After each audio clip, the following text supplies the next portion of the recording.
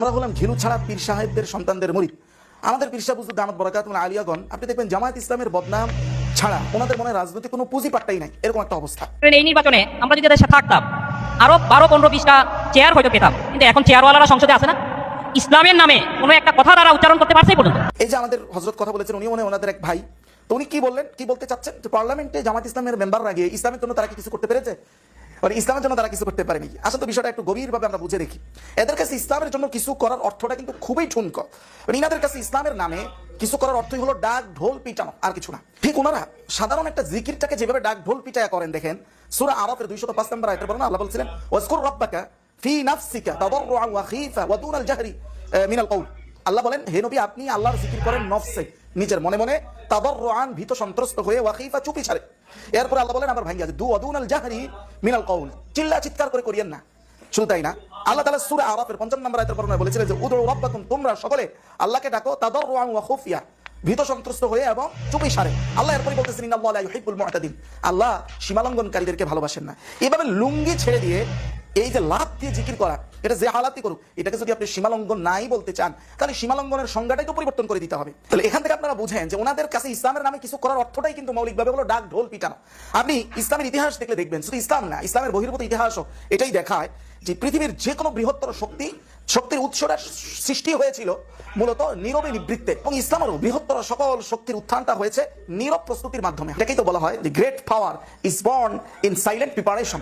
আসলে যে কোনো বৃহত্তর শক্তিটা অর্জনই হয় নীরবে নিবৃত্তে, হ্যাঁ, পরে সেটা পাবলিক অ্যাকশনের মধ্য দিয়ে সেটা প্রকাশ পায়। আপনি দেখেন সহিহ বুখারীর প্রথম হাদিস, যেটা বুখারীর বিখ্যাত ব্যাখ্যা গ্রন্থ ফাতহুল বারীতে ব্যাখ্যা সহ এসেছে, 1 নম্বর খণ্ড 30 নম্বর পৃষ্ঠা। ইসলামের মূল শক্তির উৎসটা কি? ওহী নাজিলের পূর্ব সময়, সুম্মা হুব্বিবা ইলাইহিল খুয়ালা, রাসূল প্রথম ওহী শুরু করছেন স্বপ্নের মাধ্যমে, পরে ফিজিক্যাল ওহী, অর্থাৎ জিবরাইল যে ওহী নিয়ে আসতো ফিজিক্যালি, ওই ওহী নাজিল হওয়ার শুরু দিকে রাসূলুল্লাহর কাছে নির্জনতাকে আল্লাহ পছন্দনীয় করে দিয়েছেন, মানে উনি খুব নির্জনে থাকতে চাইতেন। শক্তির শুরু উৎস কখনো ডাক ঢোল পিটায় হয় নাই। শুধু তাই না, সিরাত আন-নাবাউইয়া, যেটা ইমাম ইবনে হিশামের লেখা 2 নম্বর খণ্ড 319 নং পৃষ্ঠা, একটা চমকপ্রদ ঘটনা আনা হয়েছে।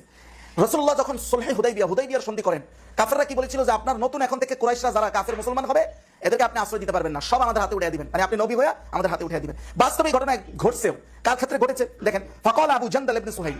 আবু জান্দাল ইবনে সুহাইল ছিলেন এমন একজন সাহাবী যিনি ওই সময় মুসলমান হন। মুসলমান হওয়ার পরে উনি সেখানে বন্দী ছিলেন, ওই অবস্থাও রাসূলুল্লাহ ওনাকে ছুটানোর চেষ্টা করেন নাই।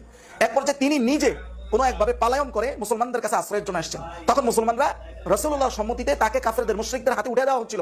তখন তিনি চিৎকার করে কথা বলছিলেন যে আউরাদ্দু ইলাল মুশরিকিন ওয়াকাদ জিতু মুসলিমান, তোমরা আমাকে মুশরিকদের কাছে ফিরিয়ে দিতেছো অথচ মুসলমান হিসেবে এসেছি। তখন এই কথার উত্তরে রাসূলুল্লাহ ওনাকে বলেন, ইয়া আবা জান্দাল, হে আবু জান্দাল, তুমি ইসবির, ধৈর্য ধারণ করো, ওয়াহতাসিব, এই কাজের বিনিময়ে আল্লাহর কাছ থেকে সওয়াবের আশা করো। আপনি দেখেন এই ঘটনা তো সত্যিকার অর্থে বাংলাদেশ জামায়াত ইসলামের ক্ষেত্রে ঘটতো।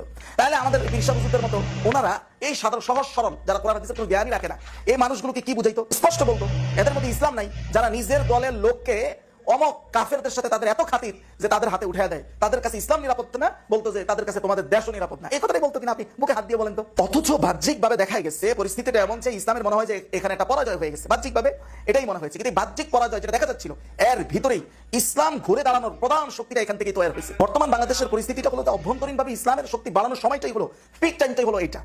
এখন বাংলাদেশে ডাক ঢোল পিটানোর সময়টা নয়। বাংলাদেশে ডাক ঢোল পিটিয়ে পূর্ণাঙ্গ শরিয়া কায়েম করবে এমন কোনো গোষ্ঠী বাংলাদেশে মরতে নাই, এমন কোনো দলই এই মরতে নাই।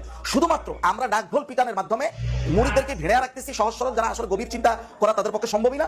আর যারা ভিড়ে আসে কোনোবারের জন্য তারা ছুটে না যায়, এই ছুটে না যাওয়ার টিপস হিসাবে এই ব্যবহারগুলো হচ্ছে। আসলে ইসলাম প্রতিষ্ঠার এখানে কোনো মূল উদ্দেশ্য না হওয়ার অধিকতর সম্ভাবনা আছে।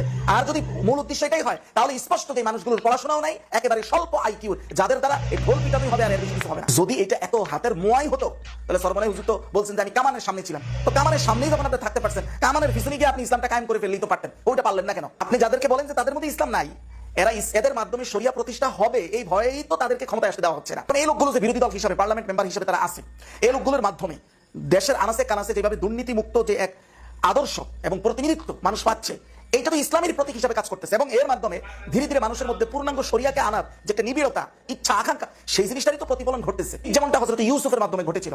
হযরত ইউসুফ যখন ক্ষমতায় আসছেন, তখন ওই দেশের ম্যাক্সিমাম মানুষ কি এক আল্লাহর ইবাদত করতো না, বরং তারা আমুন খোদার ইবাদত করতো। হযরত ইউসুফ কখনোই আমুন খোদার বিরুদ্ধে সবাইকে উস্কানোর চেষ্টা করা অথবা বিদ্রোহ করার চেষ্টা করা এমন কিছুই তিনি করেননি। তিনি কি করলেন? তিনি তার মন্ত্রিত্বের দায়িত্বটা সঠিকভাবে পালন করেছেন। যখন মানুষ দেখেছে যে ইনি হচ্ছেন ওই ব্যক্তি, তার খোদার মাধ্যমে আমাদের এই দুর্ভিক্ষ থেকে আমাদেরকে রক্ষা করেছে, যেহেতু তার খোদা আমাদের এই দুর্ভিক্ষ থেকে আমাদেরকে রক্ষা করেছে, সেহেতু আমরা ওই খোদারই ইবাদত করবো। ম্যাক্সিমাম মানুষ তখন একাত্মবাদী খোদার ইবাদতের দিকে ঝুঁকে গেছে। কিন্তু এই কাজটাই প্রথম দিন থেকে হযরত ইউসুফ এইভাবে ডাক ঢোল পিটায় করলে ওনার ক্ষমতাও থাকতো না, এটা হইতোও না। তো ইউসুফের 54 নম্বর আয়াতের বর্ণনায় মানুষ তখন বলল, ইন্নাকাল ইয়াউমা লাদাইনা মাকিনুন আমিন, আপনি আমাদের কাছে একজন প্রতিষ্ঠিত এবং বিশ্বস্ত মানুষ। রাসূলুল্লাহর যে মূল শক্তি সেটা কিন্তু ইসলামের ঘোষণার আগেই সমাজে প্রতিষ্ঠিত হয়ে গেছে। যদি এটা নাই হতো, ওনার মোরালিটিটা যদি প্রতিষ্ঠিত নাই হতো, উনি তো নবী দাবির করার সেই পরিবেশটাই খুঁজে পেতেন না। মক্কার মানুষের সংকটটা কি ছিল? মক্কার মানুষের সংকট ছিল তারা মনে করতো যার যত বেশি ক্ষমতা সে তত বড় হক। মানে তারা তাদের ক্ষমতাসীনরা সবসময় দুর্বলদেরকে চুষে খাইতো, এবং এটা তো অন্যায়, এটাও তারা ভালো বুঝতোই না। আমরা তো বুঝি যেটা অন্যায়, এটাও তারা ভালো বুঝতো না। তারা মনে করতো যাদেরকে এইভাবে খাওয়ার আল্লাহ তৌফিক দিছে তারাই এই দুনিয়াতে সব থেকে সমাদৃত মানুষ। তো আল্লাহ কি করছেন দেখেন, ধাপে ধাপে রাসূলুল্লাহ সাল্লাল্লাহু আলাইহি ওয়াসাল্লাম, অনেক কাফেররা এইভাবে চিন্তায় ছিল, অপেক্ষায় ছিল যে যদি কাফেররা হেরে যায়, মুহাম্মদ রাসূলুল্লাহ প্রতিষ্ঠিত হয়ে যায়, তাহলে আমরা মনে করব উনি হক, আমরা ইসলাম মেনে নিব। আল্লাহ সেটাই করেছেন। সূরা নসরের প্রথম আয়াত আল্লাহ বলছেন, ইযা জাআ নাসরুল্লাহি ওয়াল ফাতহ ওয়া রাআইতান নাসা ইয়াদখুলুনা ফি দীনিল্লাহি আফওয়াজা। হে নবী, আপনার যখন বিজয় এবং সাহায্য চলে আসবে, দেখবেন দলে দলে মানুষ ইসলামের দিকে ঢুকতেছে। এটা একটা মানুষের সর্বকালীন সাইকোলজিতে এইভাবেই কাজ করে। এখন বলেন তো আমাদের সংকটটা কি? আমাদের মূল সংকটটাই হলো দুর্নীতি। এখন এই জিনিসটাই দুর্নীতি মুক্ত করা, এটা যদি কেউ সেকুলার রাজনীতি দিয়ে করায় দেখাইতে পারে, মানুষ দলে দলে সেটাকেই সাপোর্ট করবে, ইসলামকে তারা ওইভাবে চাইবে না। আর সেই জিনিসটা যদি আপনি ইসলামের জায়গা থেকে, ইসলামের ব্যানারের জায়গা থেকে কেউ যদি বিরোধী দল হয়েও যদি তার ন্যূনতম একটা দৃষ্টান্ত সমাজে দেখাইতে পারে, মানুষ ধীরে ধীরে ওইটাকে পূর্ণাঙ্গ শরিয়া কিভাবে আসতে পারে সেই দিকে মানুষ ধাবিত হবে। তাহলে আমাদের দরকার হলো মানুষের এখন যেটা মূল সংকট হিসেবে মানুষ চয়ন করেছে বা আবিষ্কার করেছে, ওই সংকটটা মোকাবেলায় শরিয়ার যে অংশটা আছে সেই অংশটা এখন সবচেয়ে বেশি অ্যাপ্লাই যোগ্য। মানুষ সেটাকে গিলে ফেলবে, নিবে। যখন ওই অংশটা দ্বারা বেনিফিশিয়ারি হবে, পূর্ণাঙ্গ শরিয়াকেই মানুষ ঠিক সেইভাবে ফলপ্রসূ মনে করে শরিয়াকে তারা আনতে চাইবে। কিন্তু না, শুধু হচ্ছে ডাক ঢোল বাজাইলেই মনে করে শরিয়া কায়েম হয়ে যাবে।